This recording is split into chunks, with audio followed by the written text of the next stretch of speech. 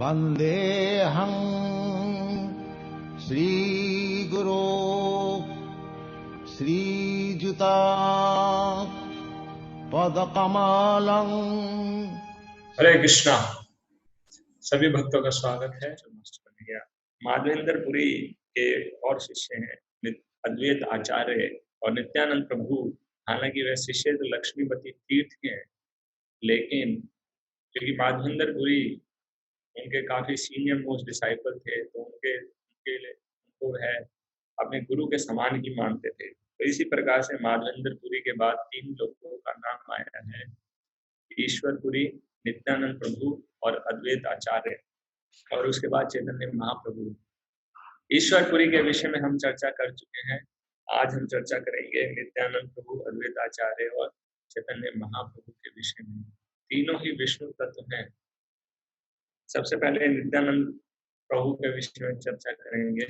नित्यानंद प्रभु जो कि लक्ष्मीपति तीर्थ के शिष्य हैं। नित्यानंद प्रभु के बारे में कहा जाता है या उनका प्रणाम मंत्र इस प्रकार से है।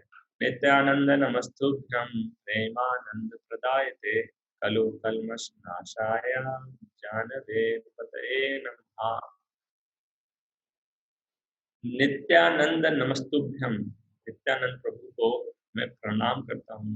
प्रेमानंद प्रदायते, जो प्रेम के आनंद को प्रदान करने वाले हैं। कलो कल्मष नाशाय, कलु के कल्मष या दोषों को दूर करने वाले। जानवा पतये नमः, जो जानवा के स्वामी हैं। ऐसे नित्यानंद प्रभु को मैं प्रणाम करता हूँ। नित्यानंद प्रभु चैतन्य महाप्रभु के नित्य संगी हैं।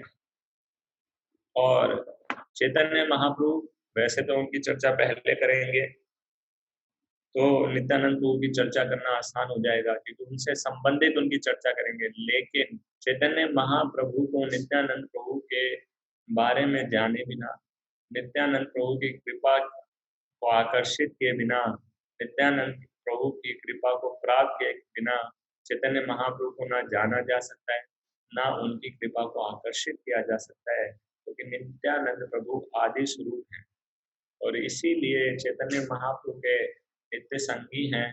चैतन्य महाप्रभु का नाम कभी भी नित्यानंद प्रभु के से अलग नहीं लिया जाता, साथ ही लिया जाता है ज्यादातर। निमाई निताई, गौर निताई, निताई गौर सुंदर, इस प्रकार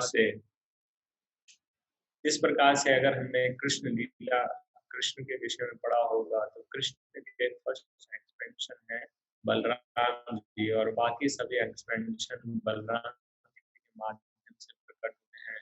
बलराम जी ही संकर्षण का स्रोत हैं, और संकर्षण से बाकी विष्णु तत्व प्रकट होते हैं। वही नित्यानंद प्रभु यानी बलराम जी। ब्रजेंद्र नंदन यही सची सुता हैला सही, बलराम हैला निताई। ब्रजेंद्र नंदन श्री कृष्ण प्रकट होते हैं सची सुता यानी चैतन्य महाप्रभु के रूप में, और बलराम जी प्रकट होते हैं नित्यानंद प्रभु के रूप में। ऐसा बताया जाता है कि नित्यानंद प्रभु का प्राकट्य चैतन्य महाप्रभु के प्रकट होने से लगभग 10 से 12 वर्ष पूर्व हुआ। जब उनकी भेंट हुई उस समय नित्यानंद प्रभु 32 वर्ष के थे और महाप्रभु केवल 20 वर्ष के थे। और जैसा कि हम पहले चर्चा कर चुके हैं कि नित्यानंद प्रभु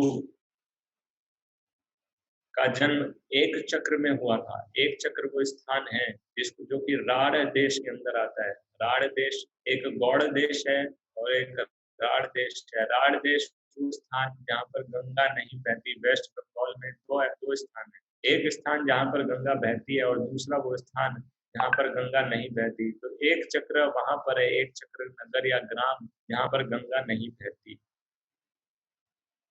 लेकिन फिर भी वहां पर एक नदी निकलती है जो कि नित्यानंद प्रभु के द्वारा प्रकट की गई थी। वह गंगा का ही से अभिन्न मानी जाती है, छोटी सी है।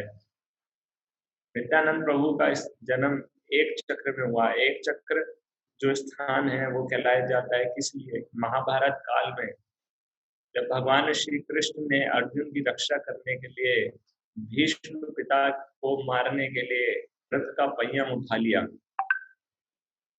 और भीष्म पितामह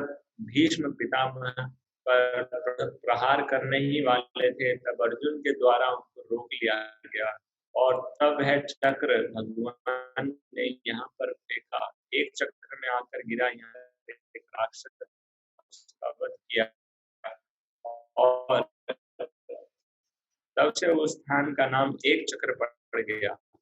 कहाँ पर युद्ध हो रहा है? कुरुक्षेत्र, कुरुक्षेत्र से चक्र फेंका भगवान ने। और ये वेस्ट बंगाल के बिल्कुल कोने में एक चक्रा बिल्कुल अलग मायापुर से 6-7 घंटे की दूरी में पड़ता है। वहां पर नित्यानंद प्रभु का जन्म हुआ।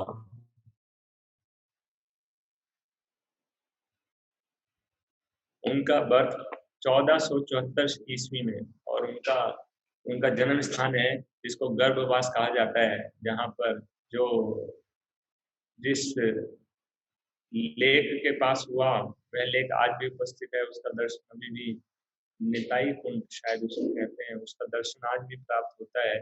माता का नाम हड़ाई पंडित या हड़ाई ओझा, सॉरी पिता का नाम हड़ाई ओझा या हड़ाई पंडित था और माता का नाम पद्मावती।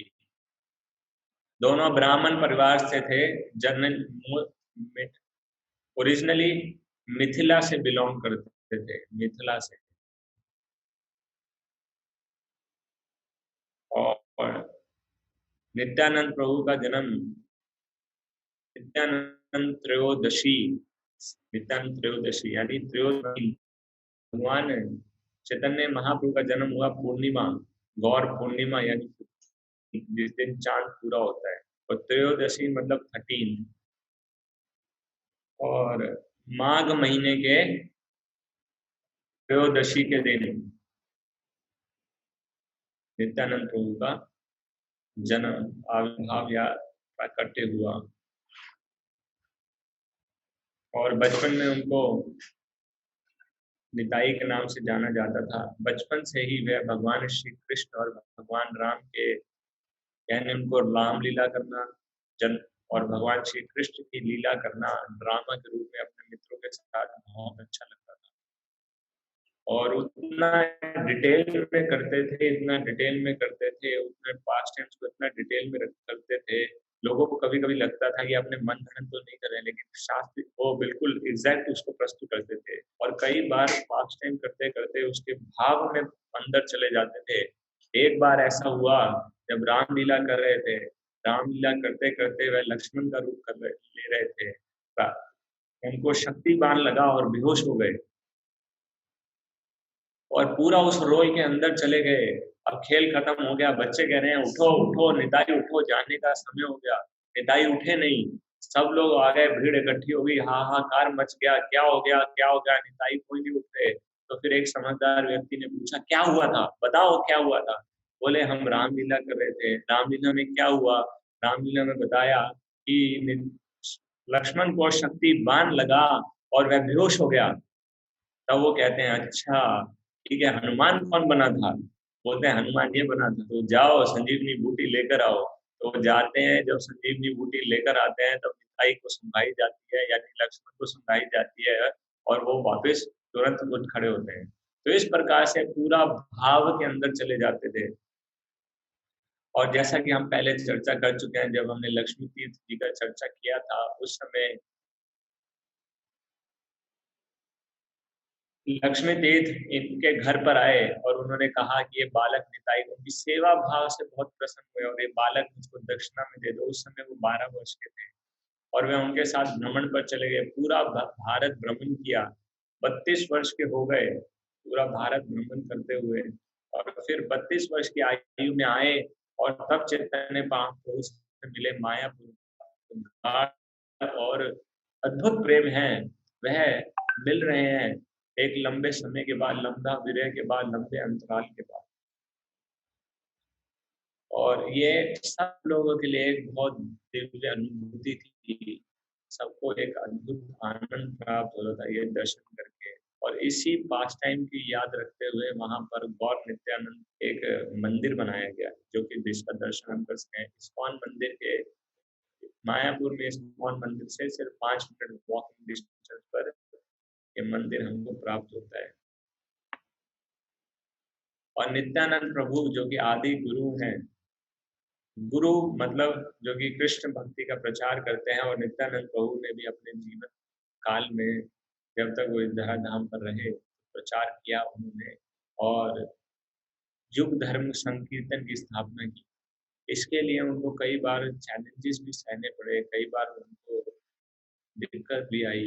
विशेष रूप से जो वर्णन आता है, जबकि जब वह प्रचार कर रहे थे चैतन्य महाप्रभु की आज्ञा से, पहले वो 12 वर्ष के थे, फिर 20 वर्ष तक वह अवधूत की तरह रहे। चैतन्य महाप्रभु से मिलने के बाद चैतन्य महाप्रभु ने उनको कहा कि आप गृहस्थ आश्रम में प्रवेश करना चाहिए। तब उन्होंने गृहस्थ आश्रम में प्रवेश किया, जानवा माता और उनकी बहन वसुधा से विवाह किया, जो कि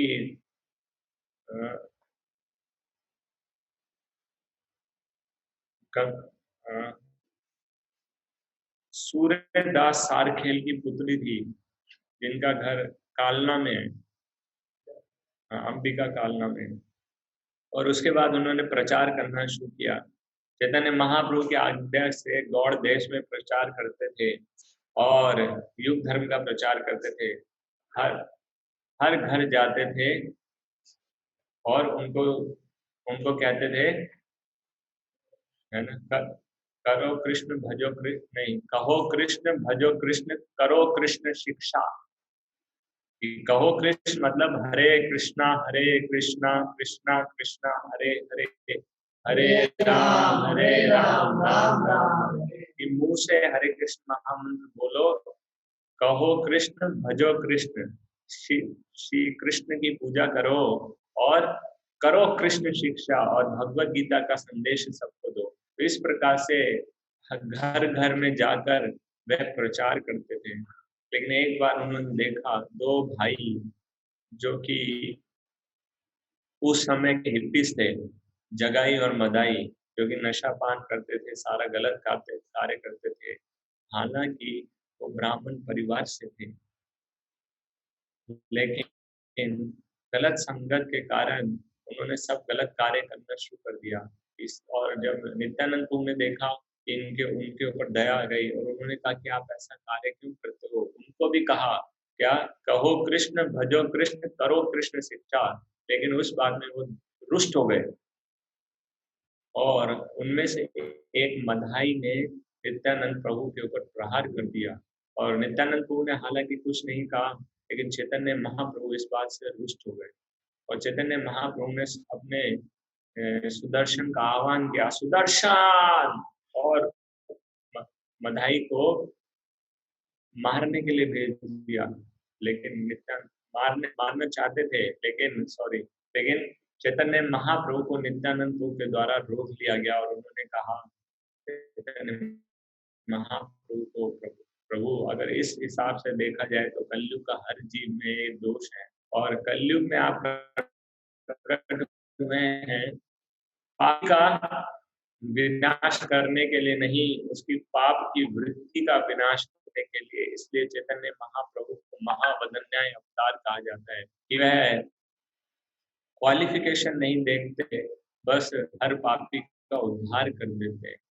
और नित्यानंद प्रभु की कृपा को देखकर जगाई मदाही को अपनी का एहसास हुआ, और जगाई मदाही ने उनके पांव पे गिरकर क्षमा मांगी, और फिर उनका भी उद्धार हो गया, और फिर वो बहुत बड़े वैष्णव बन गए। और फिर उनके नाम से जगाई घाट मदाही घाट बना, जहाँ पर वो घाट की सफाई किया करते थे। आज आने जाने वाले लोग उन पर थूकते थे, लेकिन वह फिर भी उसको टॉलरेट करते थे।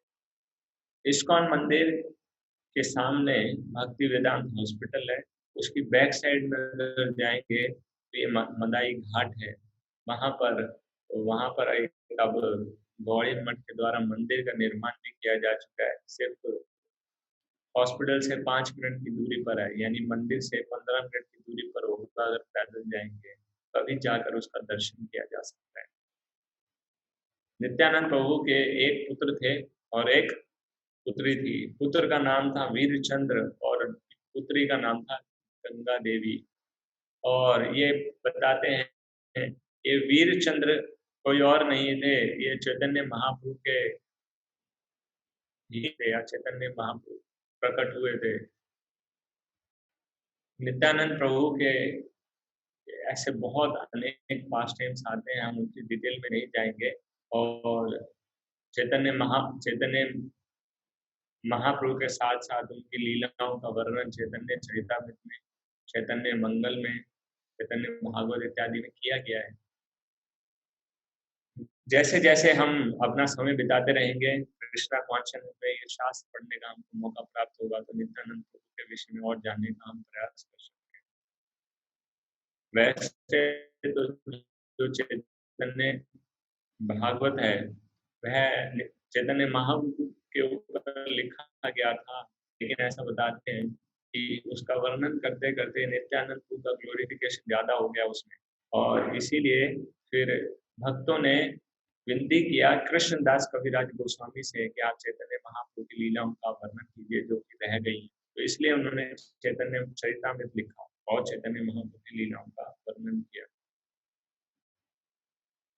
एक चक्र धाम के पास जहाँ पे नित्यानंद प्रभु का जन्म स्थान है, वहीं पास में ही कृष्ण के एक डीटीज हैं जिनका नाम बंकिम राय है, बांका राय के नाम से जाना जाता है। उसी में ऐसा बताते हैं कि नित्यानंद प्रभु ने अपना पास टाइम जब फिनिश किया तो नित्यानंद प्रभु उसमें प्रवेश कर गए, उस डीटीज में प्रवेश कर गए। वो मंदिर आज भी है, वो डीटीज आज भी है, उनका हम जाकर दर्शन कर सकते हैं। सबसे महत्वपूर्ण बात जब हम नित्यानंद प्रभु के विषय में करते हैं तो वह है, अगर कोई चैतन्य महाप्रभु को समझने का प्रयास करता है, चैतन्य महाप्रभु की मर्सी को अट्रैक्ट करने का प्रयास करता है नित्यानंद प्रभु के बिना, उनकी मर्सी के बिना, तो वह नहीं कर सकता, डायरेक्ट नहीं कर सकता। इसीलिए श्रील प्रभुपाद जी ने इस्कॉन में हर जगह गौर निताई के डीटीज की स्थापना की है। और नित्यानंद प्रभु का डायरेक्ट मैनिफेस्टेशन या मैनिफेस्टेशन जो हम लोगों के लिए है वो, क्योंकि नित्यानंद को आदि गुरु हैं, इसीलिए हम नित्यानंद प्रभु का प्रेजेंस अपने स्पिरिचुअल मास्टर के रूप में महसूस कर सकते हैं, और उनको लिविंग मैनिफेस्टेशन समझना चाहिए अपने गुरु को। नित्यानंद प्रभु का living manifestation of Nityananda Prabhu's mercy and love and his शक्ति also, और उनकी कृपा से ही हम गौर निताई को समझ सकते हैं या भक्ति में आगे प्रगति कर सकते हैं।